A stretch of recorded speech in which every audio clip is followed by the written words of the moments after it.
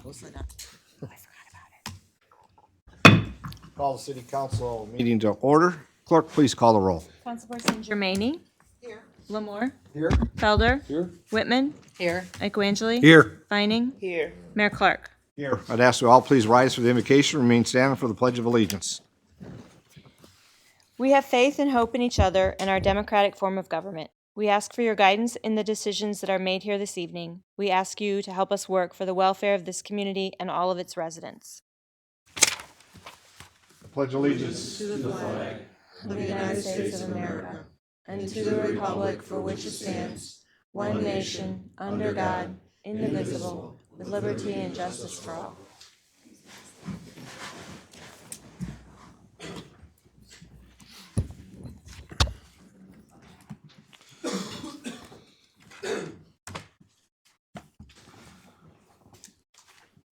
Clerk, first item, please. The first item is any amendments to the agenda. So we just finished our work session, and there was a couple items that were noted there. So there's some amendments, I think, for council for their consideration. Your Honor, I'll like to move that we amend the agenda first to include closed sessions under citizens' comments at the end of the agenda. So that would go between citizen comments and the adjournment. That'd be closed session. And then the second one was the addition of a proclamation that would go after item number, I'm assuming it'd be under item number 2367. I would suggest we put it between citizen comments and communication. Because it's just Okay. a read or review. After citizen comments not related to an agenda item. Second. Okay, there's a motion by Councilman Michaelangeli, supported by Councilman Lamore, to amend the agenda to add, as stated, the proclamation resolution after citizens' comments and before communication, and also the a closed session. And when we get to that, we'll have to state the reason for the closed session, but and it's for land acquisition and attorney-client correspondence. And when we make that motion, make sure that's included. And we have another item that'll come up during the council action, which can be addressed at that point, as I understand. Correct. Okay, there is a motion and a second. Further comments or questions from council regarding amending the agenda? So clerk, please call the roll. Councilperson Germaini. Yes. Lamore. Yes. Felder. Yes. Whitman. Yes. Michaelangeli. Vining. Yes. Mayor Clark. Yes. Next item, please. So the next item is citizen comments not related to an agenda item. Thank you. Any comments from those present here this evening not related to an agenda item? And if so, please come forward, state your name, address, mindful of the courts, the rules of the chamber, which is 3 minutes. Yes, ma'am, first.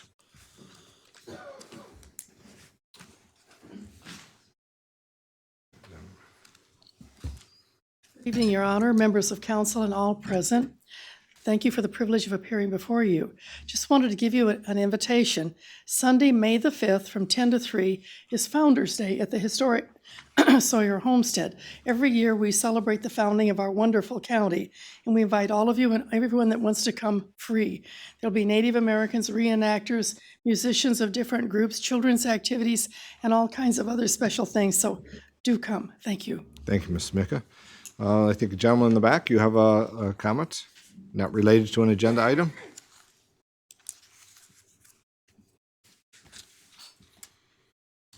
How y'all doing today?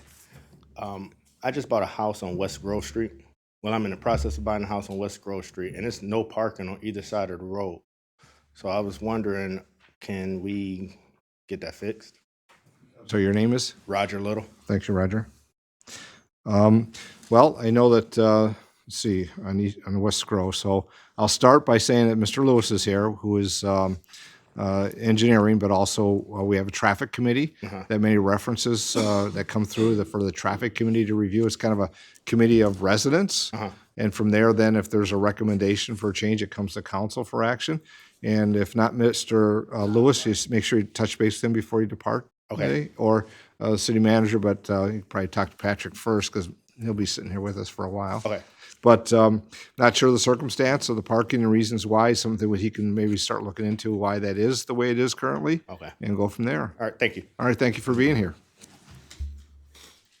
Other comments from, yes, sir. Name and address, please. Hi, my name is Jeff Spalding. I live at 315 Borges.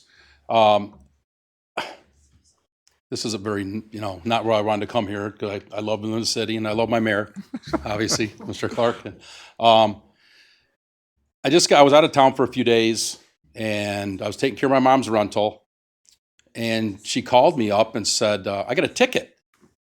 I said, for what? I thought she got a speeding ticket or something. She goes, no, I got a blight ordinance. I said, a blight ordinance for what? I mean, her yard's immaculate. It's for her rental. And I said, what's it for? She says, I don't have any idea. So I called and talked to a gentleman at the building department, and he told me that there was some trash on the terrace in front of the rental, and he had tagged the house. And I said, what do you mean you tagged the house? He goes, I put a sticker on the front door. I said, nobody lives there. And he said, well, I'm not aware of that. And he said, I came back a week later, and I tagged it again. I said, did you contact my mother or contact me? He said, no, we don't make phone calls. It takes too much time. I thought, well, if you have time to go over there 2 times and tag a building, you could definitely make a quick phone call because they don't have a problem sending me things for rental inspections or cross-contamination things. And a phone call takes a few minutes instead of getting in your car, driving over there, tagging it, then driving back. That takes a lot more time than a phone call. And I have in my pocket a bill for $261 for them to go by and pick up a little bit of trash that the renter upstairs left laying there. And this isn't the first problem I've had over there. About 5 years ago, she bid on the lot next door, and somebody outbid her from out of town, and they never mowed it. So the city mows it, and they put it on their taxes and charge them for it. Well, they park in her driveway to go mow the grass next door because there's no driveway. As the guy's backing out, he knocks her gas meter off, and there's gas spewing out. Michigan Gas comes and fixes it, gives her a bill. She comes to the city, and they say there's nothing we can do about it. And she said, well, you hired the people to do this, and they would give her no satisfaction. So, I mean, it's a little disgruntling that things like that would happen. So we'll start here. Mr. Pastou, I recommend that you touch base with him regarding the circumstances for the item that we most recent, and kind of go from there because he'll go back and review the process of what was done and look to what your comments were as well. So make sure you and Vince, Mr. Pastou, connect here. I'm sure he'll be available sometime this week or to meet Thank with you. you. Thank you for your time. All right, thanks, Mr. Spalding. Other comments from those present here this evening? It's not related to an agenda item. Seeing none? On the agenda is a proclamation. Thank you. I'm going to review the proclamation, which was supported by the council. I know this is something that's going to be shared on Arbor Day with our support with Monroe Public Schools. I don't believe there's anybody here this evening. So the proclamation is about Arbor Day, and of course, it speaks to what for many years that we continue to support. Because you look back in 1872, Mr. Sterling Morton was a former resident of the city of Monroe, and through the Nebraska Board of Agriculture, a special day was set aside about planting trees. You know, the city of Monroe has long been recognized as a tree city, and we continue to support that.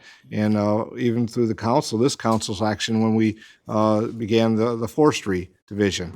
And the placement of our trees is on the city's website as well. You can see what trees are and where they are, and if you had a problem, they could be removed, and the opportunities to have replaced. There was over 11,000 city-maintained trees by the forestry department that help improve the quality of life for our residents. City of Monroe wishes to emphasize the importance of tree planting by sponsoring the Arbor Day celebration at Manor Elementary School, which is home of the Bobcats, that's their name, and on April 26, 2019. So this proclamation, which will be presented there, and of course myself and council and staff will be there as well, with the full support of City Council, do proclaim April 26, 2019 as Arbor Bobcat Day. So I encourage all the students and our residents to participate on this day, whether you're going to do it at Manor School with us, it's going to be a lot of fun, but in your own neighborhood as well. And if there are items with your trees or concerns, please get a hold of the staff here. We'll be able to accommodate you. So I appreciate the council's support on this proclamation, which was presented on April 26th. With that, clerk, next item, please. Item is communication, item 2400, report on West Front Street resurfacing bids. Thank you. Mr. Pastu? Your Honor, the purpose of this communication is just, again, to reiterate some of the challenges that we're encountering with the very insignificant number of bids we're getting for road projects. In this case, we only received one bid. It's an MDOT project, and it came in roughly $100,000 over the engineer's estimate of $1,077,000. Because it's an MDOT project and it's part of a grant program, if it's within 10% of the engineer's estimate, the project goes forward. But we're going to have to make up the difference out of our major street fund with it. But the purpose of it is just to reiterate what I think we've noticed going on. That and this is for the Front Street project between Telegraph and Harrison. So other than that, the project's going to go forward, but just wanted to communicate that we'll have to do some budget amendment here in the future, and again reiterate our challenges with the lack of contractors in the world now.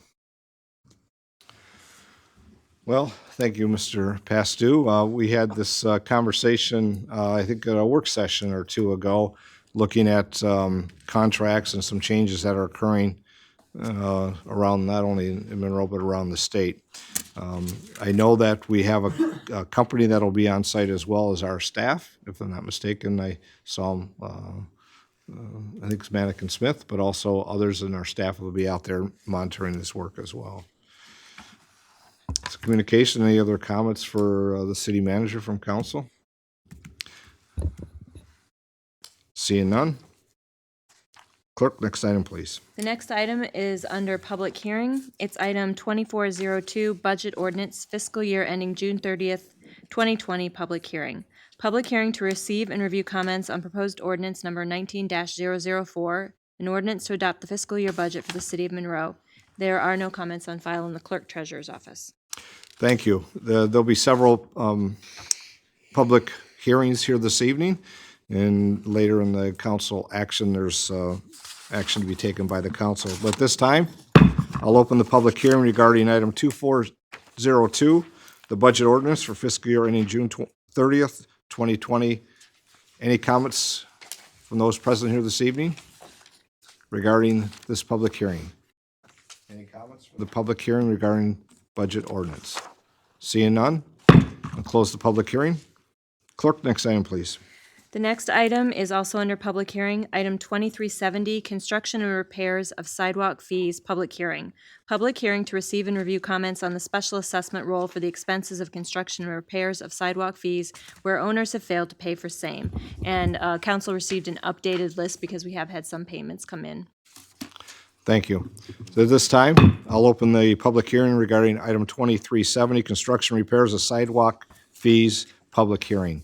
Any comments from those present here this evening regarding this item? Seeing none, I'll close the public hearing. Clerk, next item, please. The next item is also under public hearing, item 2369, blight board up fees, public hearing. Public hearing to receive and review comments on the special assessment roll for the expenses of blight board up fees where owners have failed to pay for the same. And again, council received an updated list this evening because there were some payments that came in. Thank you, and I know that that was placed on the dais here for all the council to review on all of these. Thank you. At this time, I'll open the public hearing regarding item 2369, blight board up fees, public hearing. Any comments from those present here this evening regarding this public hearing? Any comments from those present? Seeing none, I'll close the public hearing. Clerk, next item, please.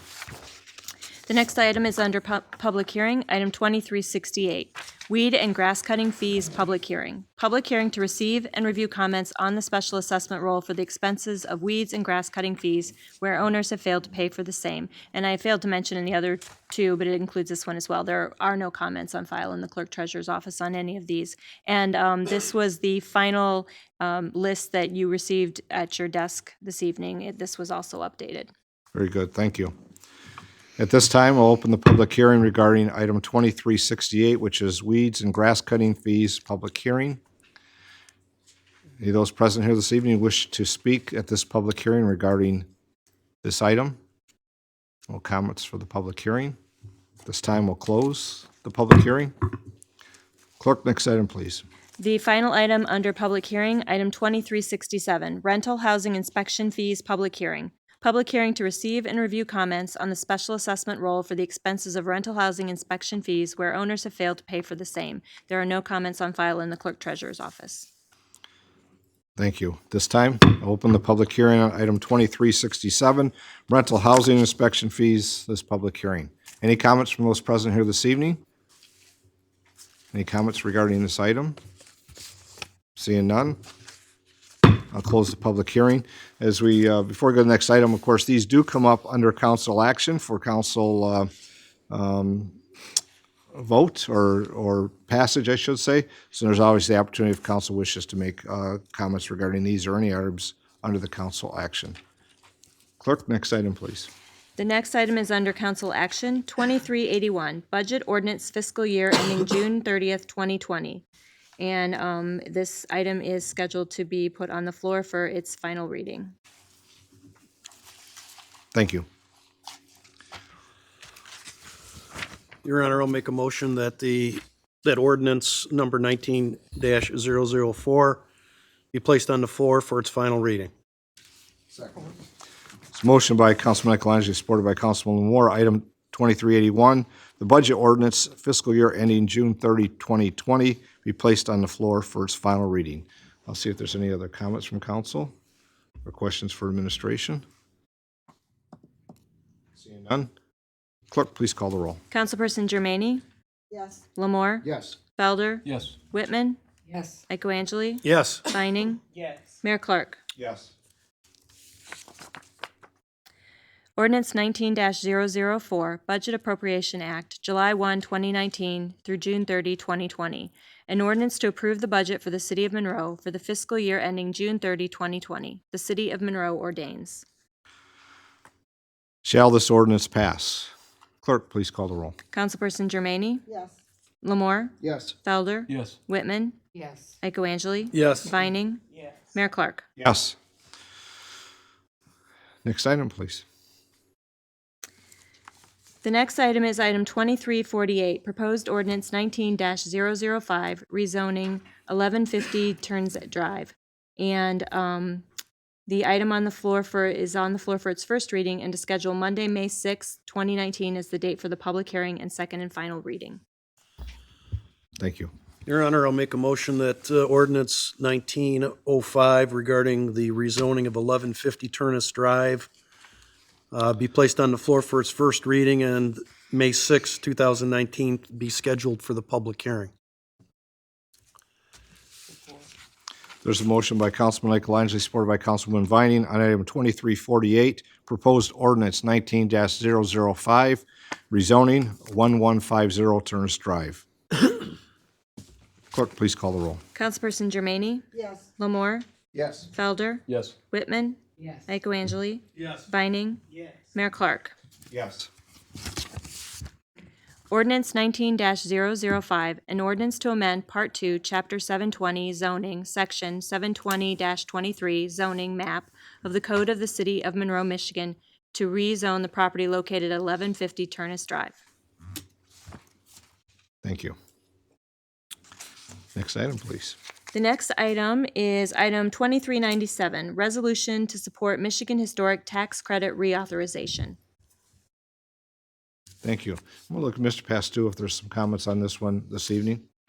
Your Honor, and also Mr. Green or Mr. Cochran, feel free to come to the podium as well. But this was a very effective incentive for many, many years regarding improvements to historic buildings, residential properties, as well as commercial. And the fact that it's now being considered again by the Michigan legislature, this resolution would provide our support for that reintroduction of what was a very, very effective incentive for particularly historic communities like ours. See if there's any questions from council at this point. If not, bring it to the floor. Your Honor, Yes, Councilwoman. I move to adopt the proposed resolution and that a copy of the resolution be forwarded to the Michigan Historic Preservation Network, State Representative Joseph Bellino, and State Senator Dale Zorn. Second. There's a motion by Councilwoman Viney, supported by Councilman Lamore, on item 2397, the resolution to support Michigan Historic Tax Credit reauthorization. Is there other comments? That'll be the time. Mr. Cochran. Honorable Mayor, Council, Mark Cochran, Assistant City Manager and Economic Development Coordinator. You know, I'm up here from time to time providing you an update on some of the legislation that's moving through in Lansing. And when we put our economic development hat on, one of the things that we like to do is try and load up our toolbox for people who are looking to do projects, whether they be new builds, new constructions, or rehabilitations in the city. In this one, given the fact that we have a couple of local historic districts, as well as historic charm and character being a major source of pride and a selling point for our community, having this in our toolbox for residential owner-occupied dwellings would be very beneficial for us to promote to our residents, and also list on the city's website under all the economic development incentives and tools that we provide to our residents and prospective developers. So, you know, this is one opportunity that we have to let Lansing know how our community can be impacted, and so that's why we're bringing the resolution forward. But also, Brian Egan, chairman of the River Raisin Heritage Corridor Advisory Commission, we spoke about this last week, and he's actually the one who drafted the resolution before you tonight. So We'll give Mr. Egan an opportunity to come speak. I know that he also has been chairperson of the State Historic Commission and other many titles. Mayor, City Council, between what Mr. Pastu and Mr. Cochran said, there's really not left much more to add to that, other than the fact that with our historic assets that we have here and all the plans moving forward with the Heritage Corridor and all the other aspects of growing southeastern Michigan and the region, I really look forward to having the support of City of Monroe in this very important endeavor moving forward. Thank you. Thank you for your support and volunteerism on our boards and commissions as well. Nothing further. There is a motion and a second. Clerk, please call the roll. Councilperson Germaine? Yes. Lamore? Yes. Felder? Yes. Whitman? Yes. Michaelangeli? Yes. Vining? Yes. Mayor Clark? Yes. Next item, please. The next item is under council action, item 2384, acceptance of land from the Monroe Building Authority. Thank you. Mr. Pastu, some probably Here background. is asking for council action, but I think more importantly, I'll let Mr. Cochran talk a little bit about its significance in the entire project. So as you're aware, we're trying to execute the full Natural Resources Trust Fund that the city received in 2014 to spend the entire $4.8 million that the state has been awarded to us. But as part of the project being about $6.9 million, the city is responsible for providing 29% match.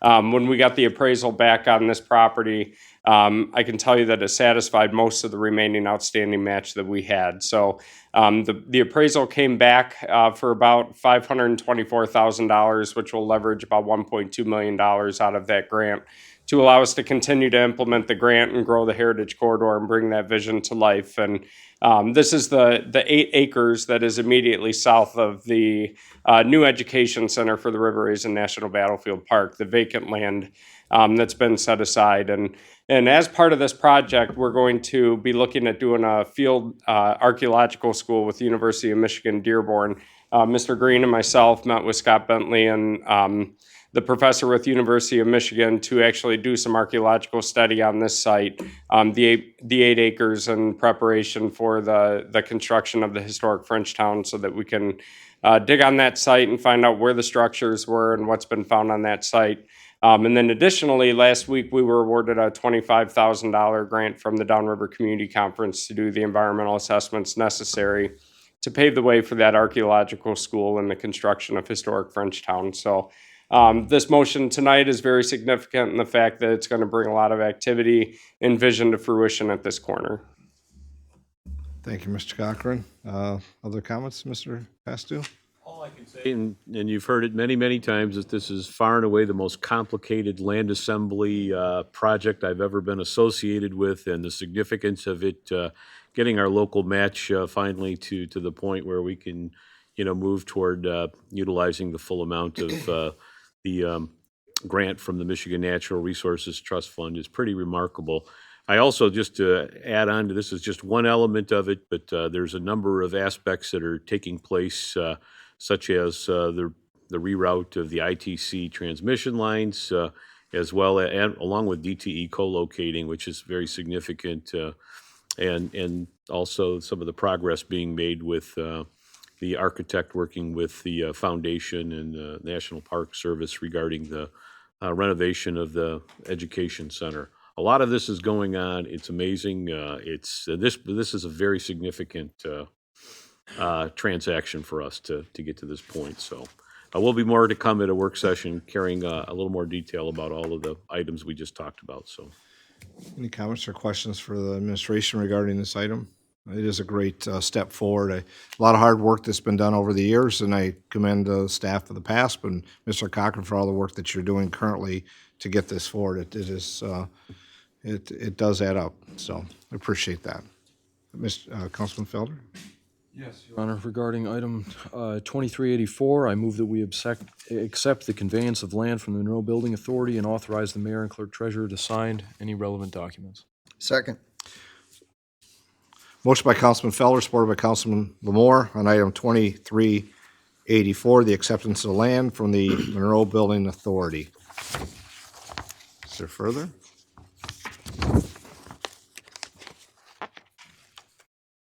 It's something that before we take a vote, he's stepping up. Anything else, Mr. Pastor? no, Okay. I'm ready for the next item. Oh, I see. Very good. Well, clerk, please call the roll. Councilperson Germaine? Yes. Lamore? Yes. Felder? Yes. Whitman? Yes. Echoangeli? Yes. Vining? Yes. Mayor Clark? Yes. Next item, please. Next item is item 2399, Godfrey Avenue Water Main and Resurfacing Change Order Award. Thank you. Mr. Pastu? I'm going to have Mr. Lewis briefly talk about the change order here for this project. As you know, we had a pretty lengthy discussion with the challenges with our bid for the underground utility work, and I think we're ready to go forward with it. Mr. Lewis? Honorable Mayor and Council, Patrick Lewis, Director of Engineering and Public Services. Yep, this is the last of the 5 pieces of the puzzle for our what I'll call our large contract this year, when we decided to put the water main and resurfacing puzzle together all at once, so we had one line of accountability for the contractor. As I informed you the last time this was up, which was actually 2 meetings ago, or it was 4 or 5 weeks, I think it was 4 weeks ago, we had to go back to the drawing board a bit. The original bids had, this was a directionally drilled project. And the concern, the contractor bid at an exceedingly high dollars, $300 some a foot, just for the pipe drilling itself.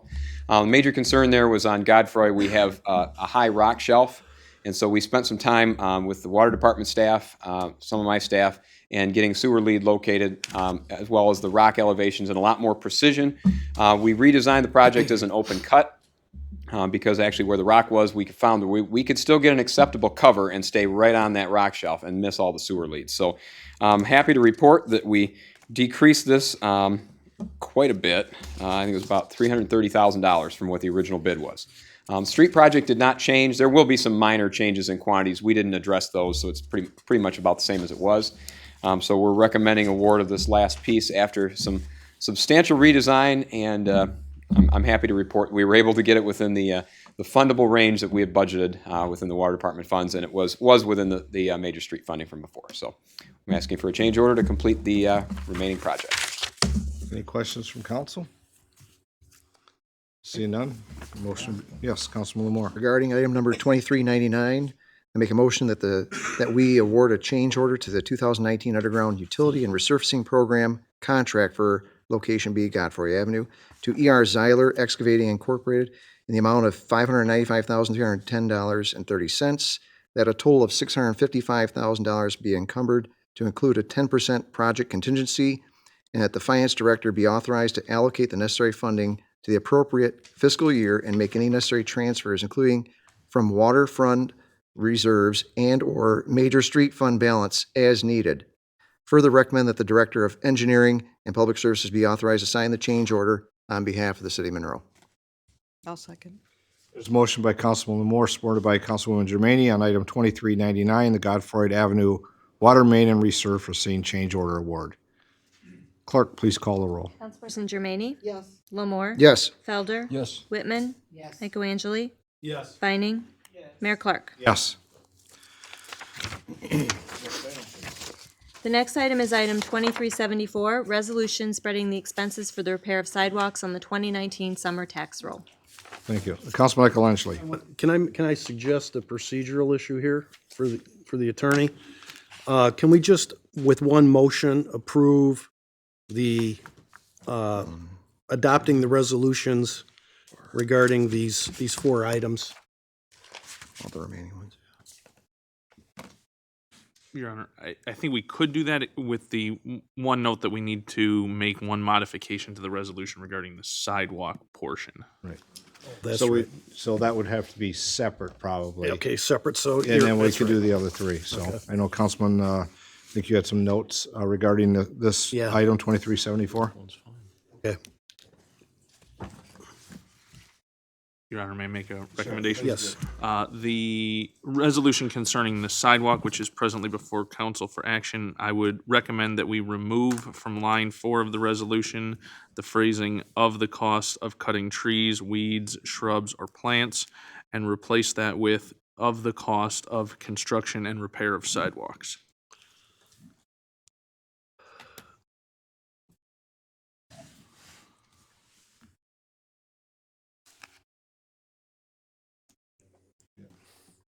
If you have that written down, I could read it. I do.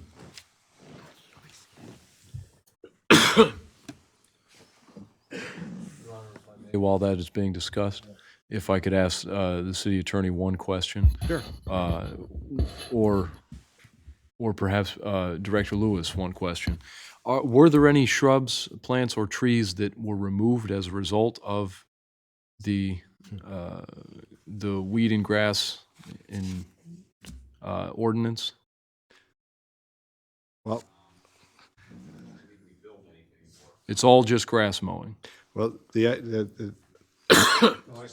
that's going to be an item that comes down, because this is about the sidewalks. Unfortunately, it was inadvertently the grass. Well, I was think there. we're about to do all of them at once. I see what you're saying. Oh, no. We'll do this one first. Separate. Your Honor, I'll make a motion that we amend the resolution regarding the spreading of expenses for the repair of sidewalks to remove from line 4 the phrase, "the cost of cutting trees, weeds, or plants," and replace with "the cost of construction and repair of sidewalks." Motion by Councilman Michaelangeli, supported by Councilman Lamore regarding item 2374. The resolution spreading the expenses for repair of sidewalks 2019 summer tax roll, and with the amendment as stated. Clerk, please call the roll. Germaini? Yes. Lamore? Yes. Felder? Yes. Whitman? Michaelangeli? Yes. Vining? Yes. Mayor Clark? Yes. So next item, please. So the next item is item 2373, resolution spreading the expenses for blight on the 2019 summer tax roll. So there was conversation, and the city attorney advised we could do the next three items collectively, which are what we had spoke to and had public hearings on earlier in this meeting, including item 2371 and 2372. And I would think we'd have to have those read first by the clerk.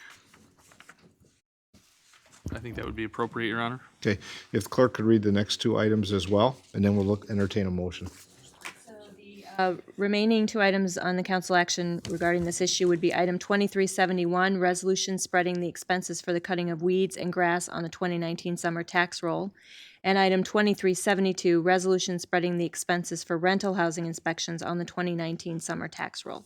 Your Honor, I'll make a motion that we approve the following resolutions regarding spreading of expenses for blight, spreading of expenses for cutting weeds and grass, and spreading the expenses for rental housing inspections to all be placed on the 2019 summer tax roll. Second.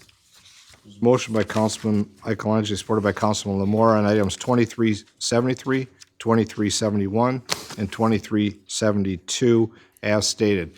I will ask if there's any those present here this evening that wish to speak to any of these items, since we're kind of doing these collectively all at once. Seeing no comments, there's a motion and a second. Clerk, please call the roll. Councilperson Germaine? Yes. Lamore? Yes. Felder? Yes. Whitman? Yes. Michaelangeli? Vining? Yes. Mayor Clark? Yes. Next item, please. The next item we are moving to is consent agenda, and for approval of payments, item B, it should read $877,162.21, 877-162.21. Thank you. Are there any items on the consent agenda that council wishes to have pulled for further discussion? Any items council wishes to have pulled? Seeing none, are there any items on the consent agenda those present here this evening wish to have pulled for further discussion? Any items by those present here this evening to be pulled? Seeing none, a motion would be in order. Drew always does a nice job. I know. I think I got voluntold on that one. Your Honor, I move that all items on the consent agenda be accepted, placed on file, and any recommendations carried out and resolutions adopted. Second. Motion by Councilman Felder, supported by Councilman Lamore. All items on the consent agenda be accepted, placed on file, and recommendations and resolutions be adopted. Clerk, please call the roll. Councilperson Germaine? Yes. Lamore? Yes. Felder? Yes. Whitman? Yes. Michaelangeli? Yes. Vining? Yes. Mayor Clark? Yes. Clerk? I have no further items, Your Honor. So we're to council comments. Councilwoman Germaine. With all of the measles outbreaks that are occurring around our state, I just want to tell everyone that the health department has offering immunization clinics as well as doctor's visits from 9 to 11:30, Monday and Wednesday, and 1 to 4, and also on Fridays, same times. And happy Easter and enjoy your families. Thank you. Councilman Lamore. Thank you, Your Honor. Convey that same message. Happy Easter to everyone. It's a great time of year, springtime. Everything's coming forward in the spring here. Not to mention summer is coming closer, and drivers, motorcyclers, all are driving a little bit faster. Please be aware in our neighborhoods. Don't speed in our neighborhoods. A lot of kids like to play in our neighborhoods. Let's be safe. That's the main thing. Thank you, Your Honor. Thank you. Councilman Felder. Thank you, Your Honor. A very happy Easter to everyone. And on a sadder note, a terrible tragedy has occurred today. And our prayers are certainly with the people in spirit of France, as well as all Christians abroad, as the Cathedral of Notre Dame has been consumed by a devastating fire. Generations today are always the stewards of the past and the protectors of the future, and we have seemed to have fallen short. It is unfortunate, and we are all poorer for the event. Thank you, sir. Thank you. Councilwoman Whitman. I would like to wish everyone a happy Easter, enjoy your week, and hopefully spring does really show up and stay for more than one day. And I have no further comments. Thank you. Councilman Michaelangeli. Like extend to all the residents a happy Easter. And I have one comment. It's primarily for, it's too bad Brian left, but it's Barry and Andrew Felder because they're members of the they serve on or work with the committee on the environment. I happened to, again, take a look at the video, the mini documentary, which I thought was really well done. And I kind of put that in context with the fact that about a week after we had the video, then there was a picture in the Monroe Evening News of a 14-year-old that could have caught a steelhead trout in the River Raisin, which is really indicative of good water quality.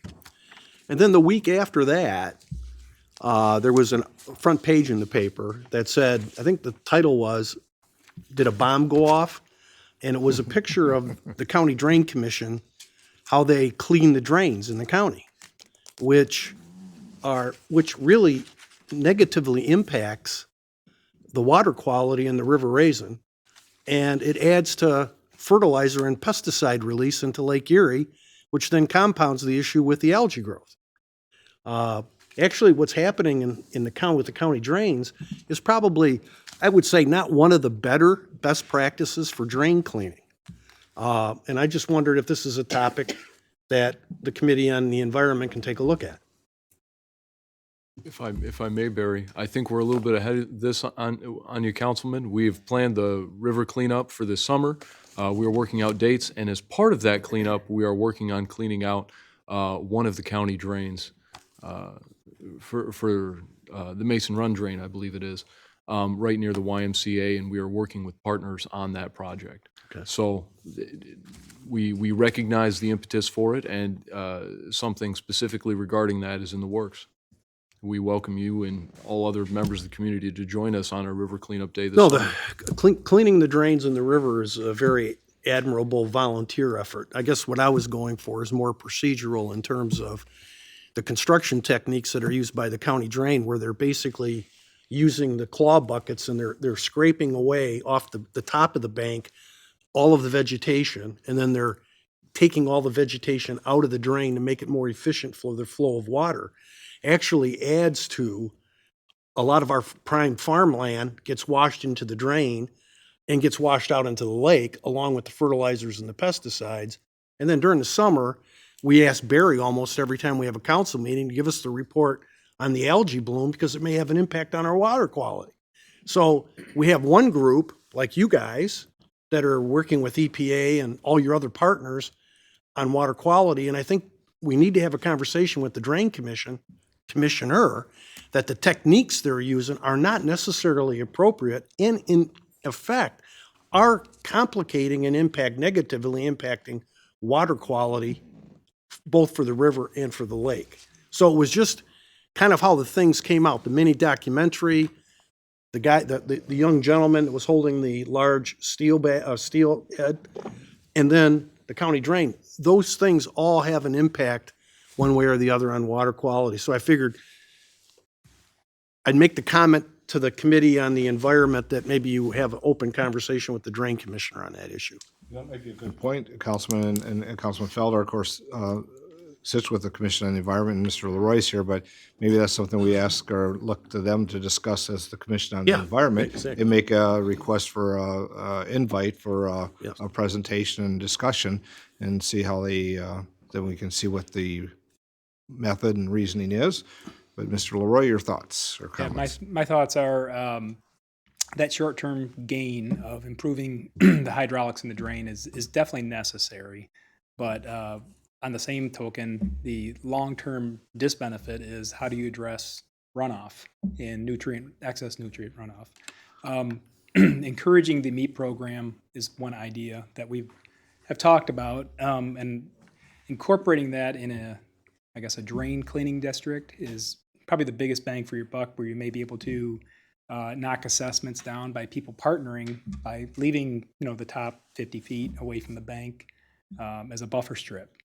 That would be encouragement for the Drain Commissioner to help maybe offset some of the costs for the adjacent property owners, but also at the same time we're improving the ability to, filter out all the nutrient runoff, slow it down, because you're going to get, no matter what, you're going to have some type of increase in sediment runoff when you do clean a drain.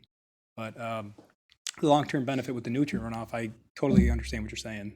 That is one of the more natural ways to do that, is having buffer strips along the drains. So maybe the Commission on Environment, the next meeting, have an opportunity to kind of discuss that, see if there's a thought about extending an invite to the Drain Commissioner, see if he'll come and have a dialogue about that and see where it falls, and some of his comments will be interesting and can report back to council. Sounds good. Sounds great. Thanks, Great, Councilman. thank you. That's all I have, Your Honor. Councilwoman Viney. Thank you, Your Honor.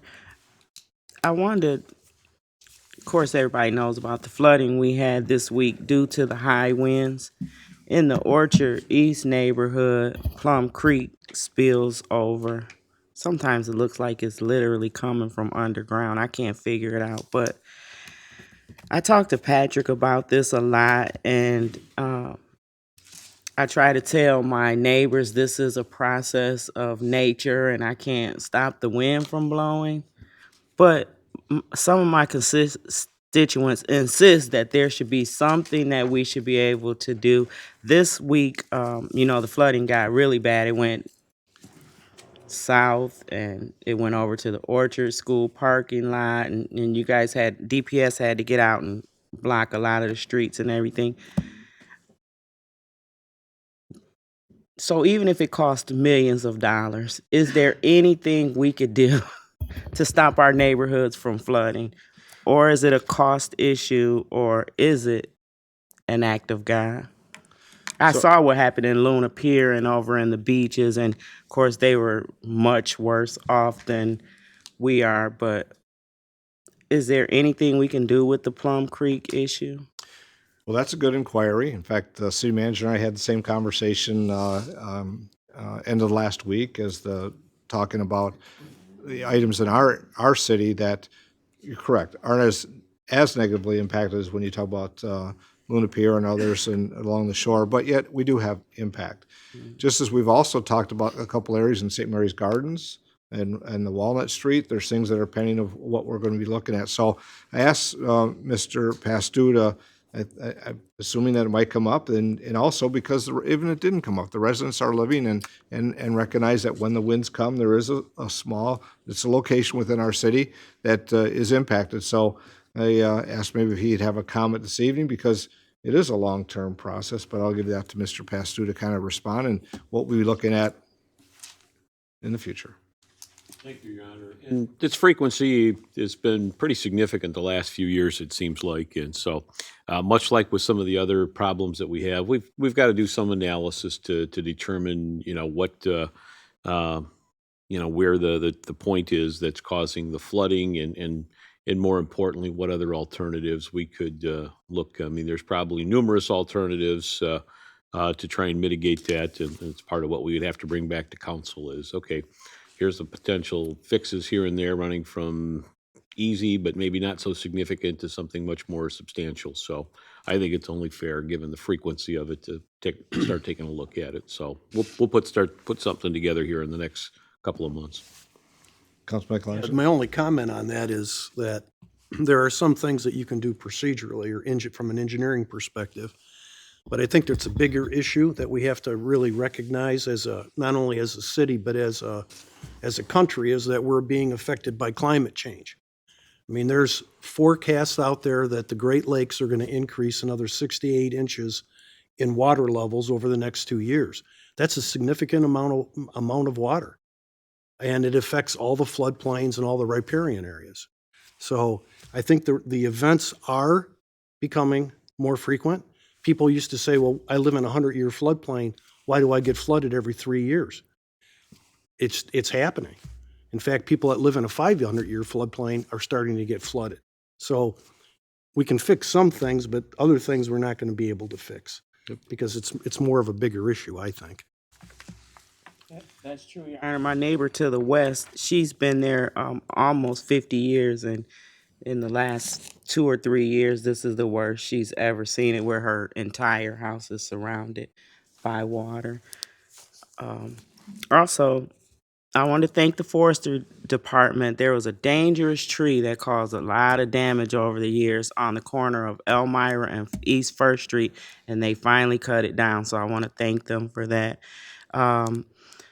the firehouse. We got the tour last week or a couple weeks ago. It looks great. I'm so excited. That's going to be one of the best looking buildings in the community. It looks really nice. I noticed that one of the back doors went on. I noticed that today, so that's looking really good. Um, Also, I wanted to ask about the progress on the labor park.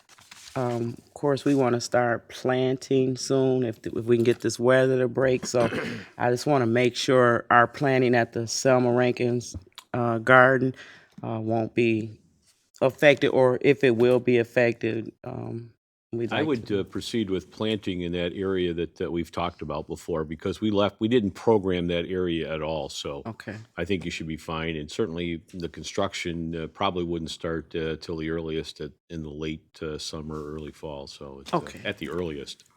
So, Thank you, Your Honor. Thank you, Councilwoman. So I have one item, and it stems to April 5th when this correspondence came in. Much, I think, many of the residents, but also my displeasure, and I know a couple council members all shared it with me. So I'm going to try to walk through it and make it as understandable as I can, because on that date, there was an article that came out that said Monroe was identified as the worst city in Monroe to drive in. And those that have seen it, I always say, just take a breath before we make a decision of what we're reading and think of what it is. So after looking at it immediately, I recognize that these numbers don't add up to what the city of Monroe's statistics are. So thanks to Chief McCormick, who put some statistics together for me that I could use as I sent Mr. Douglas McIntyre, who is the editor, and left his name, which I sent him an email, and he did call me back. I was surprised it was within a half hour. Fortunately, I couldn't take that call, so I called him back, and we had a conversation about this. And his comment was, I didn't read the methodology that they're using. I said, I clearly read what the methodology is, but what they're trying to do is compare what their methodology of data they put together to the city of Monroe, and that was my issue. And I know Councilman Felder is very much involved in data and statistics and collection and reads these things. He said, well, you didn't read it close enough, because you read down a few lines, it says the several driving-related measures to identify the worst metropolitan statistic area to drive in the state. Well, there's a definition for the metropolitan statistical area, and it lists Monroe for our region. And it lists 152,000 people as our residents. And we all know our residents are 20,733. And I said I did read the methodology, and I started to read it back to him, and I asked him if he could explain this part to me, because it said created index base. I get that. They put some different definitions and variables together. And on the measures of safety, I asked him what that was, the cost, what that was, the convenience to driving, I asked him what to define that for me, and also the normalized to be comparable with. And I just didn't understand the way it's worded. He said, well, you don't understand methodology. I said, I do understand methodology, but you're putting together a package, but the title of the article was The Worst City in Michigan, and that is far from the truth. So we agreed to disagree as we moved along, but I think my main purpose for this evening, because when it says that traffic fatalities per thousand, that the city of Monroe was 15.5 fatalities, I know that's not factual for sure. In fact, in the last 19 years, our average is 0.73, less than 1. The commute times, I referred him to the MDOT site as well as the SEMCOG site, which gives the data. I'm not going to read it all here to you. You can look at it if you wish. It tells how many people commute in and out of the city of Monroe on a daily basis. So regarding fatal traffic crashes, in the last 3 years, we've had one per year. But the department keeps statistic over the past 19. Again, our average was 0.73. It's a far cry from the 15.4, but when you're taking data that collects 152,000 people versus just the city of Monroe, I can see why they get with misinformation. I understand the process of what they did. I just don't think it matched what the headline was. And as far as the auto thefts and on, it's nowhere close. None of the data as presented reflects what the city of Monroe is. So I asked those that read the article and quickly took the time to jump on the keyboard and throw a few sentences out there, and or stand in front of the news camera and agree to this, you're not agreeing to what you understand. Interesting, there was another issue going on at the court that day. So Channel 2, Channel 4, and Channel 7 were here. And they called over to the City Hall. I met with Channels 2 and Channel 7 and provided the same information. They did take the time to call Mr. McIntyre as well in New York, of all places, telling us what we have and don't have here. Channel 4 chose not to call. And I found out that they were in the area around asking people. So there were two different reports in the news that night. 2 and 7 took into account the information they learned and the fact that the methodology was skewed to what the title was. Unfortunately, Channel 4 didn't take the same steps. So I sent them an email as well, and I'm yet to hear back from Channel 4, and I doubt that I will. So I make my comments here this evening because we are not the worst city in the state of Michigan and probably in many other states as well.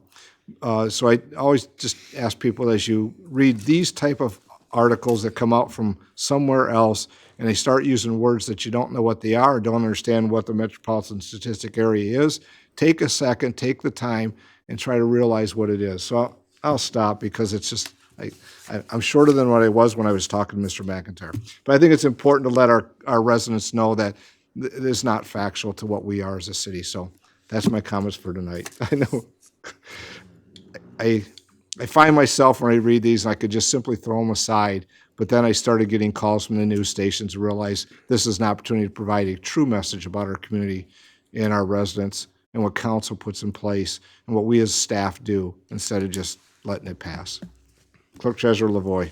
After that, I have no comment, Chairman. Sorry. Well, Mr. Pastu. Your Honor. Okay. Any comments from those present here this evening? Yes, ma'am.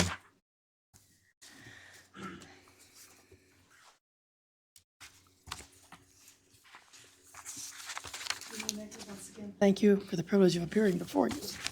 May 4th, the Monroe City County Fine Arts Council will be having its annual art show at Ellis Library. We encourage everyone to enter. We have some nice prizes available, and everybody to come and enjoy the fruits of our artists' labor. Thank you very much. Other comments from those present here this evening? Seeing none, a motion as we have yet some business. A motion. Closed session for purposes of discussion regarding land acquisition and counsel and attorney communications. Second. There's a motion by Councilman Akalangi, supported by Councilman Felder, to go into closed executive session for the reasons stated. Clerk, please call the roll. Councilperson Germaini? Yes. Lamore? Yes. Felder? Yes. Whitman? Michael Angeli? Yes. Vining? Mayor Clark? Yes.